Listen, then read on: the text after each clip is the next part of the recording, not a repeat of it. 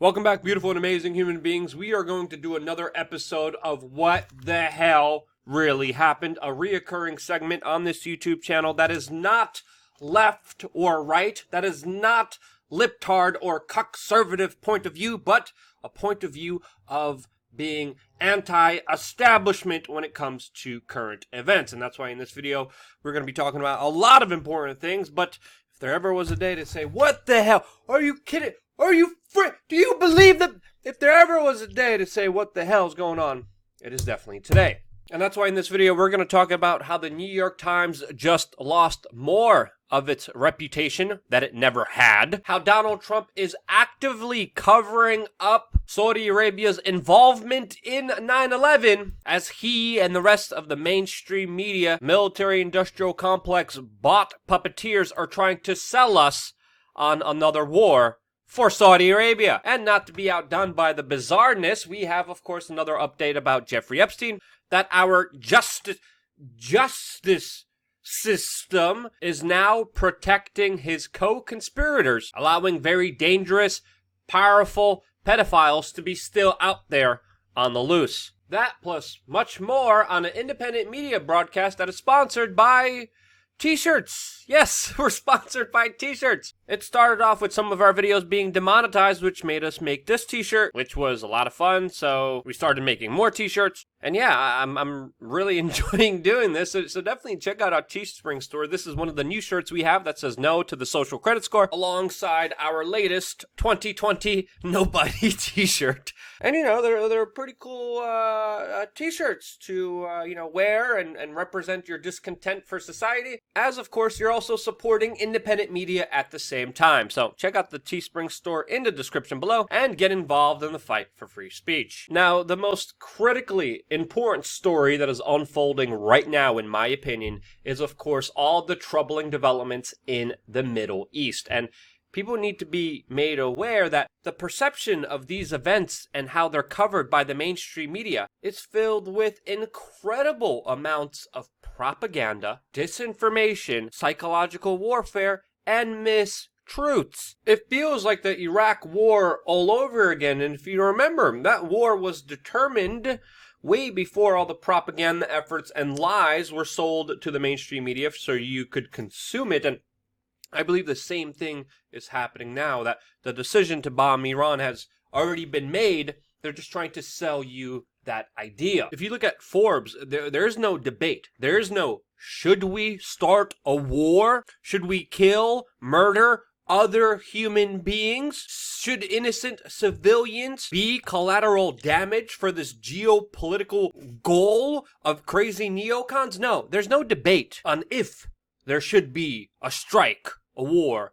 It's only how will the United States decide to strike and attack Iran. The New York Post, Iran will keep escalating until Trump hits back. What kind of psychological bullcrap justification are they trying to pull here? This sounds like it's the writings and the dribbles of a sociopathic, mass-murdering criminal saying, quote, the real villain, without question, is Iran. No, there's a lot of questions here, Bubbo. I like how this is not even attributed to a specific writer of the editorial board. How brave of them. The article continues, which means that Trump's team needs to find a response that will teach Tehran the right lesson and also boost the stocks of military-industrial complex companies that suck off the teeth of the American taxpayer with their socialism. Side note, when we look at the biggest aspects of American socialism, corporate welfare is one of the biggest recipients and burdens on the American taxpayer. But moving forward, this is actually an old article from July of this year, but gives you a mindset to what is happening here and how it has been building with the cheers of chicken hawks like Sean Hannity that previously said that Trump will, quote, devastate Iran with America's military might, with the president even responding, with Donald J. Trump responding that, quote, that's an understatement, which is essentially putting Israeli, Saudi Arabian interests first over the United States, essentially letting Saudi Arabia dictate our foreign policy. The same Saudi Arabia that's not only financing and funding radical Wahhabism all over the world with their schools and mosques and teachings, radicalizing most of the terrorism that happens in the Western world, but the same Saudi Arabia that has been actively involved in, of course, 9/11, that Donald Trump and his DOJ, Department of Justice, along with U.S. Attorney General Barr, are covering up for. As it was revealed in federal court proceedings that the DOJ decided to hide the identity of the person from the general public, the Saudi official that aided and helped the 9/11 hijackers, so that the general public does not find out the name of this Saudi official that aided and abetted the 9/11 hijackers, with Donald Trump's Attorney General and the DOJ declaring that it was a, quote, reasonable danger that would, quote, risk significant harm to national security. So finding out the name of the Saudi official that helped 9/11 would harm national... No. That would safeguard us, because we would know the individual who's walking around freely now, who's being protected, was protected by Bush, by Obama, now by Donald Trump, who is aiding and abetting terrorism that is happening against this country. You would think that would be in the best interest of national security. We would want to know the jihadi supporters out there. But no, supposedly he's connected to the Saudi government, the same Saudi government that we're going to go to war for because their little oil field was mysteriously bombed, which of course still has a lot of questions surrounding it, which of course you wouldn't hear in the mainstream media that is already sold on this idea and is lying to you, using propaganda against you, so you could go along with the idea of another pointless, bloody war. Make America great again? My buttocks! Shame on Donald Trump and the horrendous direction that he is taking this country in, that it's selling us down the river for the benefit of Saudi Arabian jihadists. And that is an absolute disgrace. You would think, with the record of the U.S. military-industrial complex, you would think to be just a little bit skeptical. But no, the majority of the mainstream media still hasn't learned its lessons, because they are just the propaganda arm of the special interests that control them. Now, regarding this specific event here, there are a lot of contradictions about the, quote, official story that keeps changing, that is all based on predominantly anonymous sources, but we actually have one source that actually came forward, retired 4-star General Jack Kenan, who said himself that Saudi Arabia isn't themselves totally convinced yet that this attack was carried out by Iran. So, Iran denies that they did this. Some Houthi rebels took responsibility for it. Saudi Arabia doesn't know who to believe, but the United States is still somehow convinced that, as Trump said, it's looking like Iran was responsible. Even France came out. The French foreign minister came out and said that they don't have any evidence to say that these drones came from one place or another, and I don't know if anyone has evidence.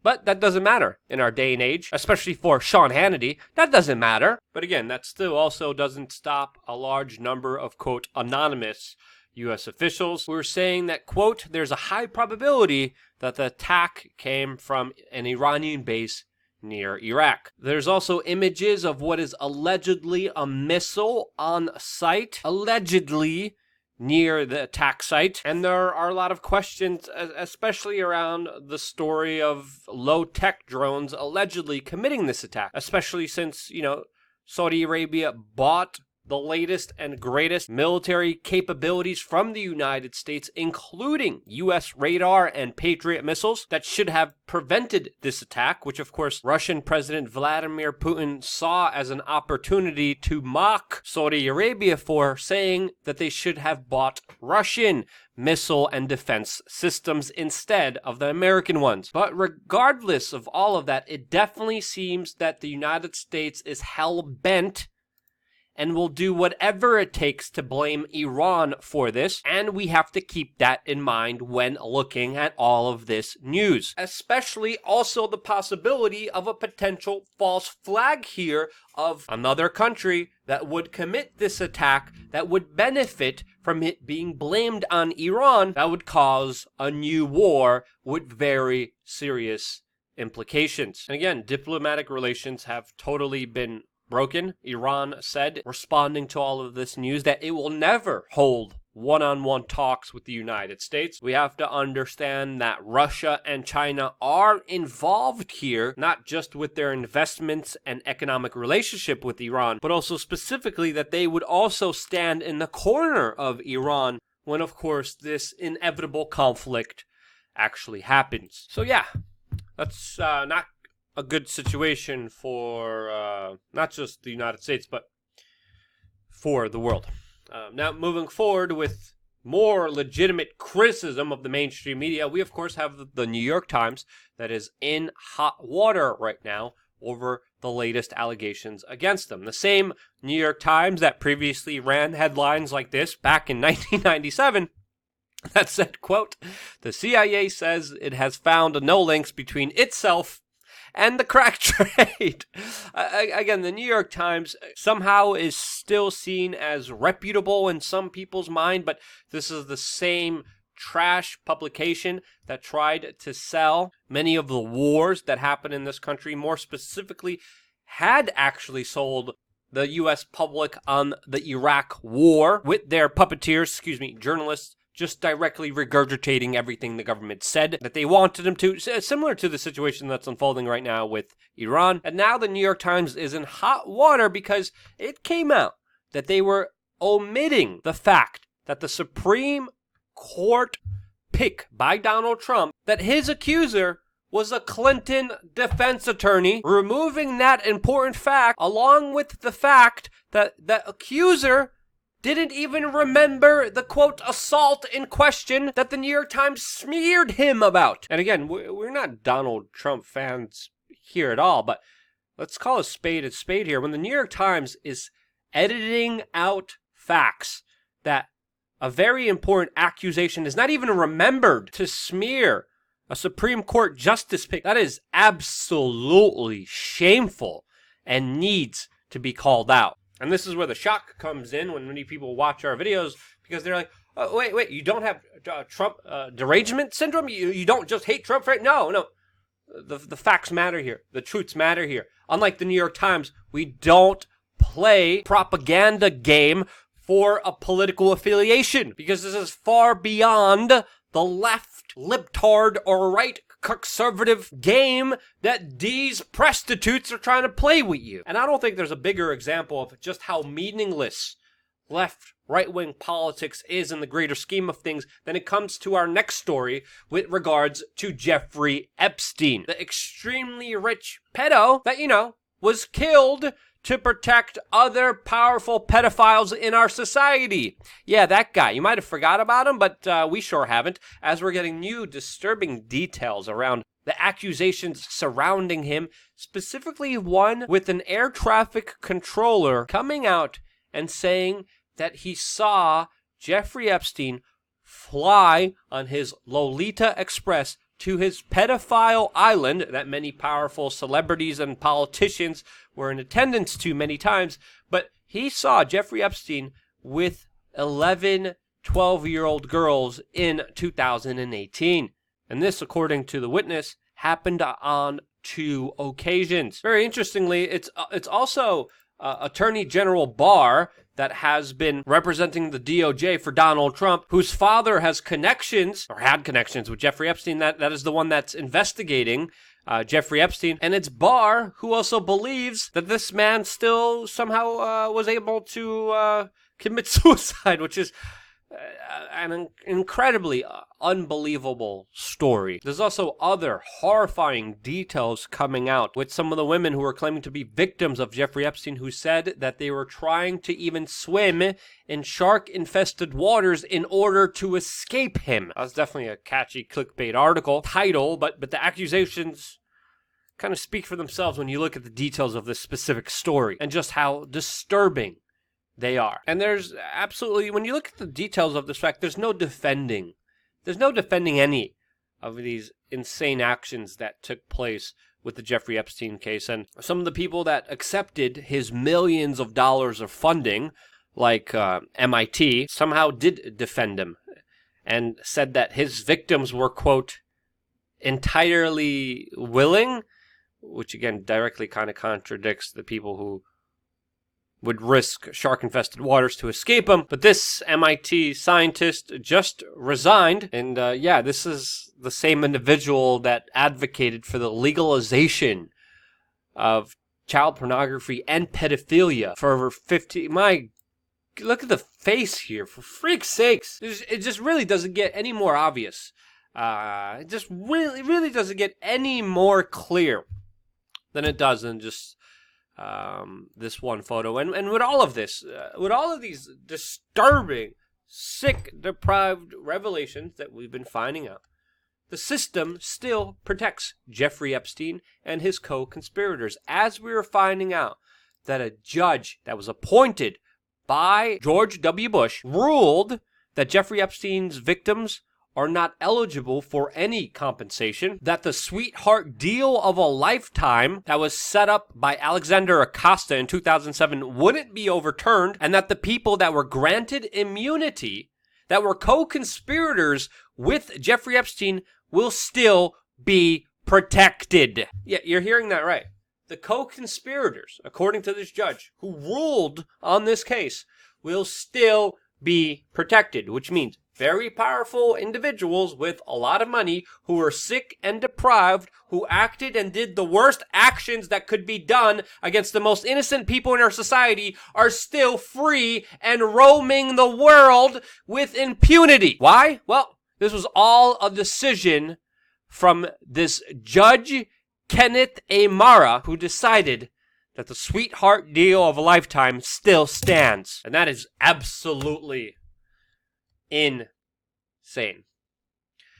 Let me know what you think of today's broadcast. What are your comments? If you think I did anything wrong, if you disagree with me, let me know in the comments section below. I always appreciate having some kind of conversation. I know today's broadcast can be frustrating for some people, but it's important to know the exact details of exactly what's happening in our world to prevent it from happening again. If you know anyone that should be aware of the details that we shared in today's broadcast, share this video with them, because simply just by talking about them, YouTube will hurt, downrank, demonetize, and kick me in the huevos for frickin' talking about these issues. But I still do, because these are important issues that cannot be ignored and need to be talked about in one way or another. You don't find this on the mainstream media. You don't find this in a lot of alternative media that promotes either the left gang or the right gang. Screw all the gangs. It's about right and wrong, truth and lies. And if you believe we're a part of helping that discussion, helping understanding of actual things that are happening in our life,